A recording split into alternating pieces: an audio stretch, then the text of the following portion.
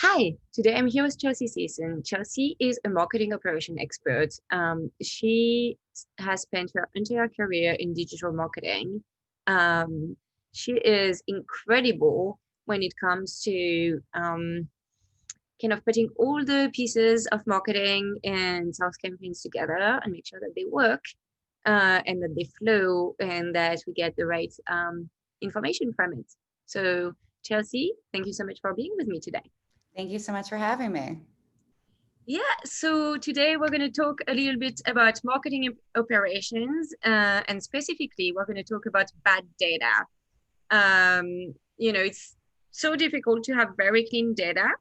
So I think it's a pretty common problem to start somewhere and inherit bad data. My question for you is, how do you go about cleaning this up when this is the situation you're in? Sure. It's a good question. It's one that I have encountered, I think, everywhere that I've worked, to be honest. So it's a very common problem. First, I guess, before we dive into the how do you fix it, why is good data important, right? And primarily that's for accurate reporting, right? For marketing and sales, you have to know what's working in order to make good investments, what's closing deals. And if your data is bad or incomplete, it's just not going to happen. You're not going to get the reporting that you need.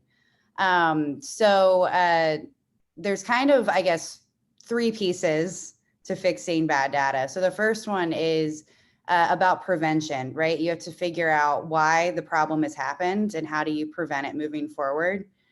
This is always a step that I try to tackle first because it's hard when if you have bad data coming in, it's hard to stop the bleeding if you haven't prevented it, right?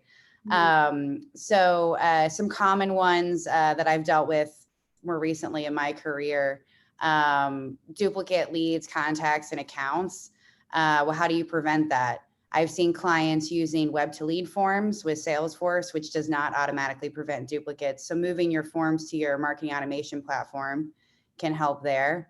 Also training with reps, right? Just on how you search in Salesforce, how you input data, that'll help a lot.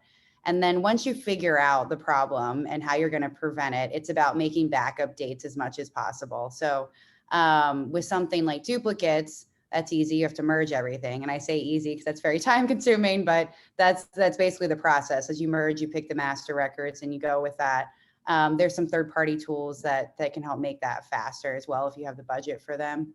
Then you have problems where it's not quite that simple. So attribution, for example, if that's something that you're missing in your data, the first step is defining what is your attribution? What do you want that to look like with stakeholders? And then the second step is trying to backdate that as much as possible. And it's not as simple, right, as mass merging duplicates there. So you have to make some judgment calls and do the best you can. But it's the same general process as prevention, then backup dates, whatever that looks like. Sometimes it's very straightforward, sometimes it's not. And the last piece, which I hinted to with those, is training users, right? So they understand why it's important to have good data.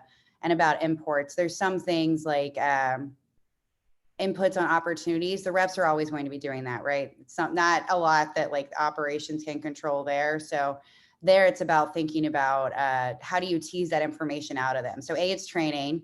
B, it's forcing it with your tools, validation rules. You can't close this unless you have this field filled out. And I think that helps get everyone a lot closer to where they need to be with data for reporting. All right.